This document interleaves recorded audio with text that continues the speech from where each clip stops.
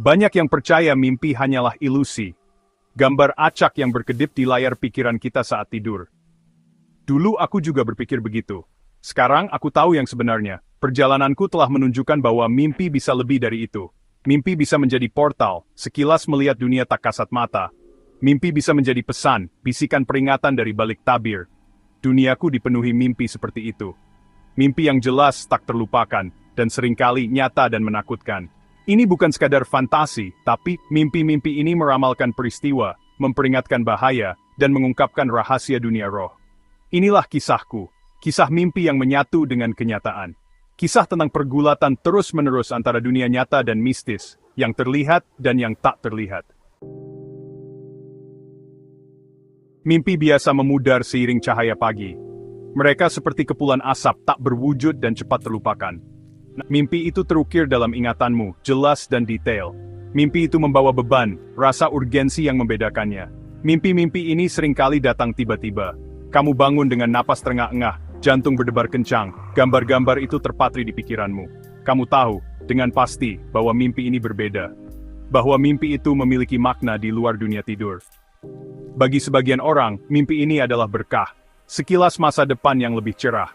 Bagiku, mimpi-mimpi ini seringkali merupakan pertanda bahaya, peringatan tentang kekuatan tak terlihat yang mengintai di luar persepsiku.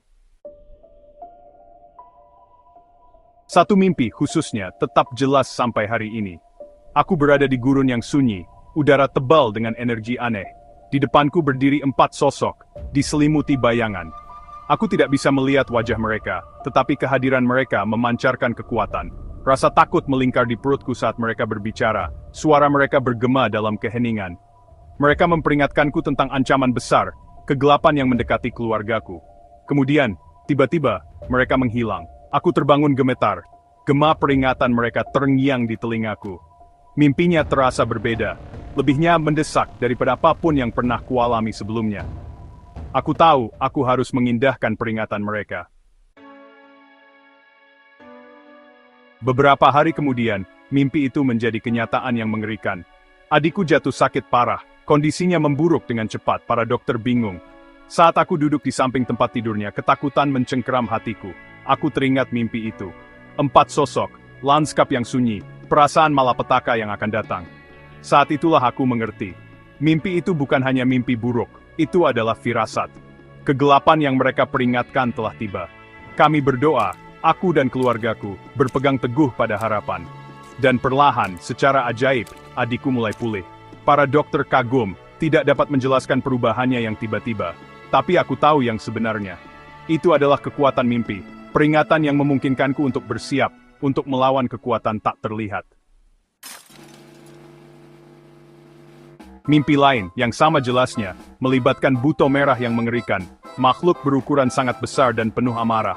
Ia mengamuk di sebuah desa, matanya menyala-nyala dengan niat jahat. Tapi kemudian, seekor anjing kecil yang sederhana muncul. Ia menggonggong dengan ganas ke arah raksasa itu. Keberaniannya tak tergoyahkan. Yang mengejutkanku, buto itu mundur, ketakutan terlihat di matanya. Mimpi itu membingungkanku. Apa yang diwakili oleh buto itu? Tibam saya takut berbaklik skutsit oleh. Jawab fisipribent soir amers, terletak basis solman wing. Tak lama kemudian, serangkaian peristiwa malang menimpa bisnis keluarga kami. Kerugian meningkat, dan kami menghadapi kehancuran finansial. Stresnya luar biasa, dan aku merasakan kegelapan menyelimutiku, kehadiran yang menyesakkan yang mengancam untuk menelan aku. Suatu malam, aku terbangun dalam cengkraman sleep paralysis. Perasaan menakutkan terjepit, tidak bisa bergerak. Sesosok gelap dan bayangan melayang di atasku, matanya menyala-nyala dengan kebencian. Anjing dari mimpiku muncul, menggonggong dengan ganas ke arah entitas itu. Saat itulah aku menyadari, buto itu mewakili energi negatif yang mengelilingi keluarga kami. Dan anjing itu, pelindung kami, penjaga kami yang tak terlihat. Dengan gelombang kemauan keras, aku melepaskan diri dari kelumpuhan. Sosok bayangan itu menghilang ke dalam malam.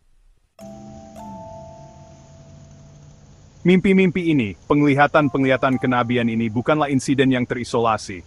Mimpi-mimpi ini adalah pengingat konstan bahwa dunia kita hanyalah satu lapisan realitas. Di balik tabir persepsi kita terdapat alam roh dan energi yang terus-menerus berinteraksi dengan kita. Bagi sebagian orang, dunia tak kasat mata ini tetap tersembunyi. Tetapi bagi orang-orang sepertiku, dunia ini tembus, bermanifestasi dalam mimpi, intuisi, dan terkadang pertemuan yang menakutkan. Ini adalah medan perang, persimpangan dunia, dan mereka yang sensitif, yang dapat merasakan yang tak terlihat, seringkali terjebak dalam baku tembak. Hidup dengan kesadaran ini adalah pedang bermata dua. Di satu sisi, ini memungkinkanku untuk menavigasi tantangan hidup dengan pemahaman yang meskipun seringkali menakutkan berfungsi sebagai peringatan, membimbingku menuju keselamatan. Tetapi hadiah ini ada harganya. Kesadaran terus-menerus akan dunia tak terlihat bisa sangat membebani. Ketakutan, kecemasan, pengetahuan bahwa ada kekuatan di luar kendali kita, itu menimbulkan korban. Keluargaku juga telah tersentuh oleh karunia ini, atau mungkin, kutukan ini. Mereka telah menyaksikan dampak dari pengalaman ini padaku, ketakutan di mataku, teror yang tersisa dari mimpi kenabian. Namun, kami bertahan. Kami belajar untuk hidup dengan satu kaki di kedua dunia, mengaku yang tak terlihat tanpa membiarkannya menelan kami. Kami mencari bimbingan dari mereka yang mengerti, yang dapat membantu kami menavigasi medan yang aneh dan seringkali menakutkan ini. Dunia ini penuh dengan keajaiban, baik yang terlihat maupun yang tidak terlihat. Dan terkadang, di sudut tergelap pikiran kita, di alam mimpi, kita benar-benar mulai melihat, inilah realitasku. Realitas di mana mimpi bukan hanya fantasi, tetapi jendela menuju jiwa alam semesta.